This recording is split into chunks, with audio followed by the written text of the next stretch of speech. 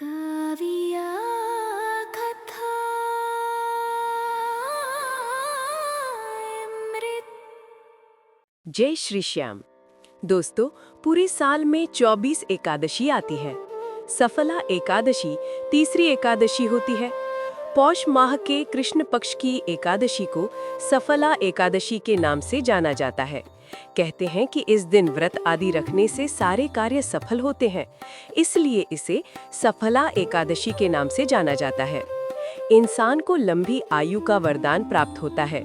आय और सुख समृद्धि में वृद्धि होती है। इस एकादशी में नींबू, नारियल, नैवेद्य आदि अर्पण करके भगवान नारायण की पूजा करनी चाहिए।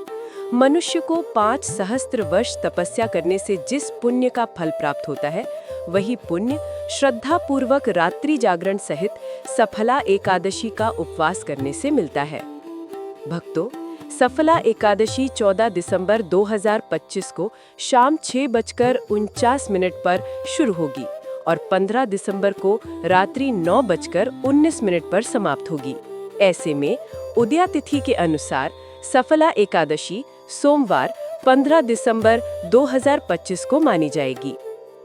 एकादशी के व्रत को समाप्त करने को पारण कहते हैं। एकादशी व्रत के अगले दिन सूर्योदय के बाद पारण किया जाता है। 16 दिसंबर को पारण यानी व्रत को तोड़ने का समय 7:07 AM से 9:11 AM रहेगा। अब चलिए समझते हैं पूजन की विधि को। पूजन शुरू करने के पूर्व ये पूजन सामग्री जुटा ले।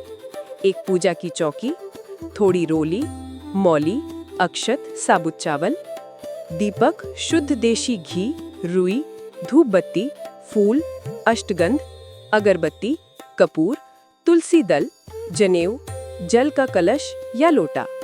प्रसाद के लिए गेहूं के आटे की पंजीरी, फल, दूध, मिठाई, नारियल, पंचामृत, नींबू, नैवेद्य, शक्कर और पान। और इच्छा अनुसार 11, 21, 101 रुपए कुछ भी दक्षिणा के लिए। यदि इनमें से कुछ सामग्री ना जुटा सके तो कोई बात नहीं, भक्ति भावना से पूजा करें। भगवान भावना से प्रसन्न होते हैं, सामग्री से नहीं।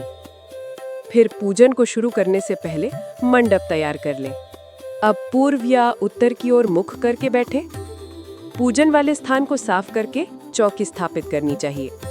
चौकी पर स्वस्तिक बनाएं, फिर चौकी पर साफ लाल रंग का कपड़ा बिछाएं। अब भगवान श्री गणेश एवं भगवान विष्णु की तस्वीर रखें। आप श्री कृष्ण या सत्यनारायण की प्रतिमा की भी स्थापना कर सकते हैं। अब बाईं ओर दीपक जलाएं। चौकी के सामने पूजन की थाली व जल भरकर कलश रखें। फिर एक एक करके भगवान की फोटो, कलश और दीपक पर जल छिड़कें। ये भवन का स्नान होता है। फिर भोग चढ़ाएं, फिर से जल छिड़कें। फिर रोली और चावल से तिलक करें और मूली चढ़ाएं। अंत में दक्षिणा चढ़ाएं।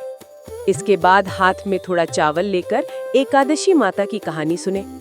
कहानी सुनने के बाद हाथ के चावल चढ़ाकर शीश नवाकर आशीर्वाद लें। अंत में गणेश जी, विष्णु जी और एकादशी माता की आरती करें। दोस्तों, आगे हम सुनेंगे सफला एकादशी के व्रत की पूरी कहानी। दोस्तों, हमारे चैनल को सब्सक्राइब जरूर रहें। हम आपके लिए लाए हैं सारे व्रत त्योहार की कथाएं, वैदिक मंत्र और पूजन की विधि, पंचांग और देवी देवताओं की कहानियां। सब्सक्राइब के साथ साथ बेल आइकन प्रेस करना मत भूलना। बोलिए एकादशी माता की जय। बोलिए श्री सत्यनारायण भगवान की जय।